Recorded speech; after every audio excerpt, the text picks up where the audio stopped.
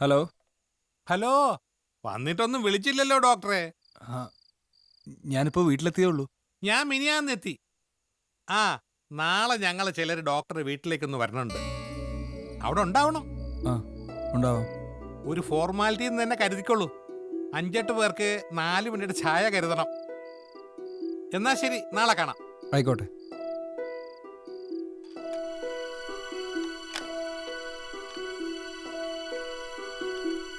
ഞാൻ ഈ കുട്ടിയുടെ ജാതകം ഒന്ന് നോക്കിച്ചു.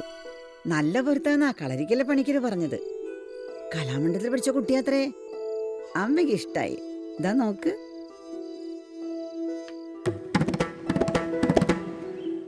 കലാമണ്ഡലം രാജശ്രീ കൊള്ളാം.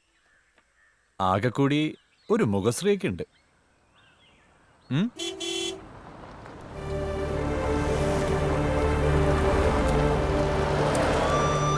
കലാമണ്ഡലം രാജശ്രീക്ക് മുഖശ്രീ മാത്രമല്ല, നല്ല ധനശ്രീ ഉണ്ട്.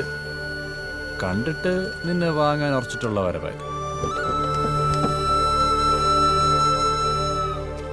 വില പറച്ചില്ല ആവശ്യമൊന്നും ഉണ്ടാവില്ല. ഒരുവിധം ഒത്തുവന്നാ നീ എതിർക്കാനൊന്നും പോണ്ട. Hello sir. ഹലോ, വരൂ വരൂ. വരിക. വരൂ. ആ, ഇവർ രണ്ടുപേരും എൻ്റെ എൽഡർ ബ്രദേഴ്സാ. ഇത് എങ്ങർ ബ്രദർ. ഹലോ. ഇത് crime branch DYSP Somashekharan. Hello. ഇത് വാസുദേവൻ, എറണാകുളത്ത് ബിൽഡറാ. ഇത് രവി, യൂത്ത് കോൺഗ്രസിന്റെ സ്റ്റേറ്റ് സെക്രട്ടറിയാ.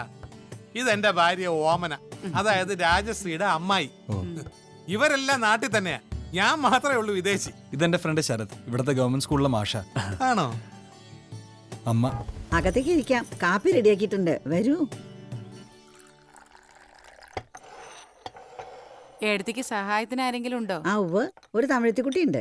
ആ, കഴിക്ക. ഞാനിതാ വരുന്നേ. എടുക്കൂ. എന്താ അരുൺ? സാറിന് എന്റെ സിറ്റുവേഷൻ അറിയണതല്ലേ, എന്നിട്ടാണോ ഇങ്ങനെ ഒരു പ്രപ്പോസൽ? ആ, അതൊന്നും സാരമില്ല. കുടുംബത്തിലെ ആദ്യത്തെ മരുമകൻ ഡോക്ടർ ആവണമെന്നുള്ള എല്ലാവരുടെയും ആഗ്രഹം. ഞങ്ങൾ 7 ആങ്ങളമാർക്ക് ഒറ്റ പെങ്ങളാ സുമിത്ര. അവളുടെ ഒരൊറ്റ മകളാ രാജശ്രീ. അപ്പോൾ അതിൻ്റെതായ ഗുണഫലങ്ങൾ ഉണ്ടാവാണ്ടിരിക്കാൻ വഴിയില്ലല്ലോ. പ്രശ്നങ്ങളൊക്കെ തീരുന്നേ. ഞാനല്ലേ പറയണേ. ഞാനൊട്ടും പ്രിപ്പയർഡ് അല്ല സാർ. എന്ത് പ്രിപ്പറേഷൻ? എല്ലാം ഭംഗിയായി നടക്കും. ഞങ്ങൾ നടത്തും. ടെൻഷൻ വേണ്ട. വാ, ചായ തണുക്കും.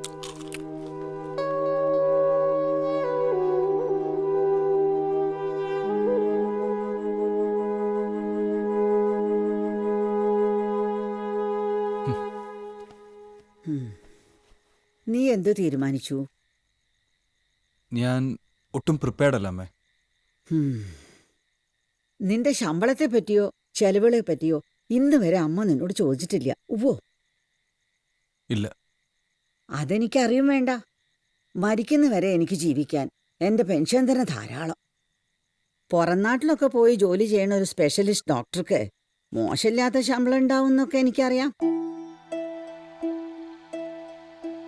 എന്നിട്ടും നീ ഇത്ര വലിയ കടക്കാരനായി പോയത് എന്തേന്ന് അമ്മ ചോദിക്കണില്ല.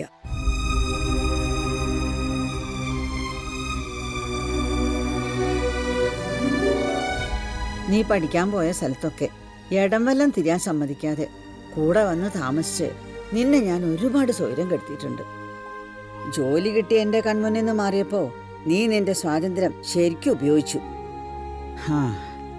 അതിന് നിന്നെ മാത്രം കുറ്റം പറഞ്ഞിട്ട് കാര്യമില്ലല്ലോ. ഇന്നോ നാളെയോ ഒന്ന് വെച്ച് കഴിയണ എനിക്ക് ഈ വീടിന്റെ ആവശ്യമില്ല.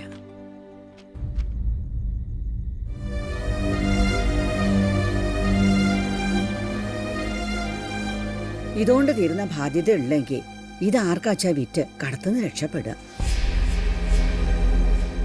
കല്യാണം കഴിക്കാൻ അതൊരു തടസ്സാവാൻ പാടില്ല എന്നർത്ഥം. അമ്മ എന്തായി പറയണേ? അതൊക്കെ ഞാൻ തന്നെ മാനേജ് ചെയ്തോളാം. പക്ഷേ എനിക്ക് കുറച്ച് സമയം വേണം. ജാതകപ്പൊരുത്തം പറഞ്ഞ കൂട്ടത്തിലേ പണിക്കർ ഒരു കാര്യം കൂടി പറഞ്ഞു. കല്യാണം ഇപ്പൊ നടന്നില്ലെങ്കിൽ പിന്നെ ഉടനെ ഒന്നും നടക്കില്ല എന്ന്. ഇതും പറഞ്ഞ് പിന്നാലെ നടക്കാൻ ഞാൻ എത്ര നാളുണ്ടാവും അറിയില്ല. നാളെ ഞാൻ അവരോട് വാക്ക് പറയും.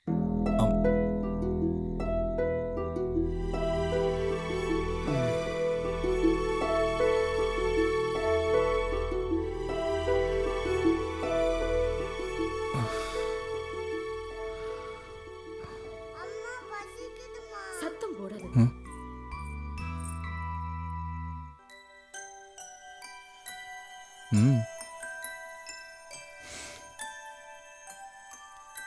கதகு லாக் பண்றது மறந்துடாதீங்க சார். சரி. வரேன்.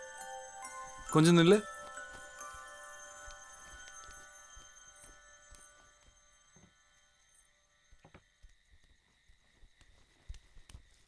എന്നാ ആർക്കും കൊടുക്കണ്ട കേട്ടോ.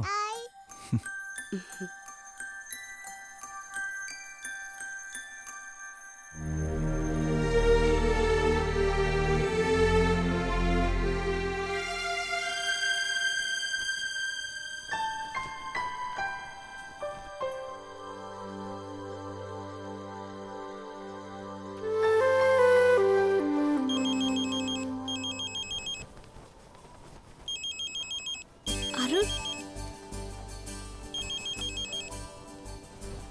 சர்ப்ரைஸ். இப்பதான் நினைச்சேன், இதுதான் telepathic miss call. Hello hello. Hello Lakshmi, how are you? அங்கிட்டு போய் உட்காந்துக்கிட்டு கேக்குறத பாரு. ஐயோ, நான் ஒரு கிறுக்கு, முக்கியமானதை விட்டுட்டேன். அம்மா இப்ப எப்படி இருக்காங்க? உடம்புக்கு பரவாயில்லையா? അമ്മ ഇസ് ഫൈൻ. പിന്നെ നിന്റെ റൂറൽ ഡ്യൂട്ടി എങ്ങനെയുണ്ട്? என்ன இருந்தாலும் கிராமம் கிராமம் தான். கொஞ்சம் படிச்சவங்க கிராமத்தை விட்டு போவாங்க, ரொம்ப படிச்சவங்க வெளிநாட்டுக்கு போவாங்கன்னு சொல்ற மாதிரி நம்மளும் எதுக்கு கிராமத்தை விட்டுட்டு வந்தோன்னு நினைக்க வைக்குது. ഉം. நான் தான் பேசிக்கிட்டு இருக்கேன். என்ன ஆச்சு? உடம்பு கிடம்பு சரியில்லையா? Hey nothing. ചെറിയൊരു കോൾഡ്. വെതർ ചേഞ്ചിന്റെ. Dubai is just a desert without you, my playboy. எப்போ திரும்பி வருவீங்க? ஹலோ ലക്ഷ്മി, ഞാൻ ഐ എം സോറി. எதுக்கு சாரி? என்ன ஆச்சு? Hello, are you there? என்ன ஆச்சு உங்களுக்கு? ഒന്നുമില്ല. Good night. Hello hello.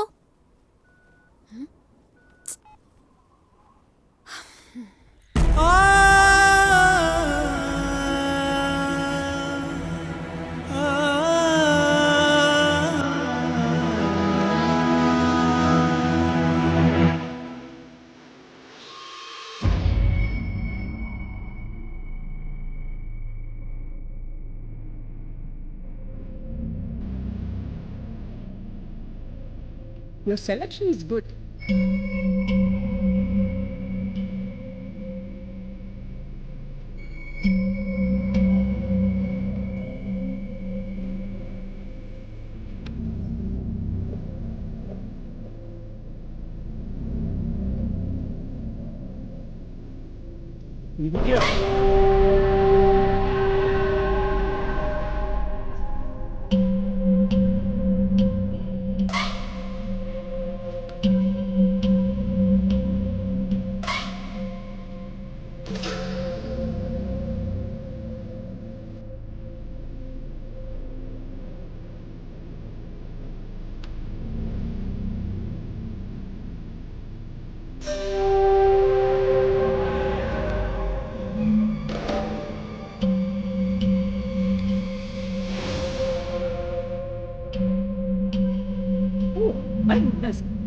മുഹൂർത്തത്തിന് സമയായി.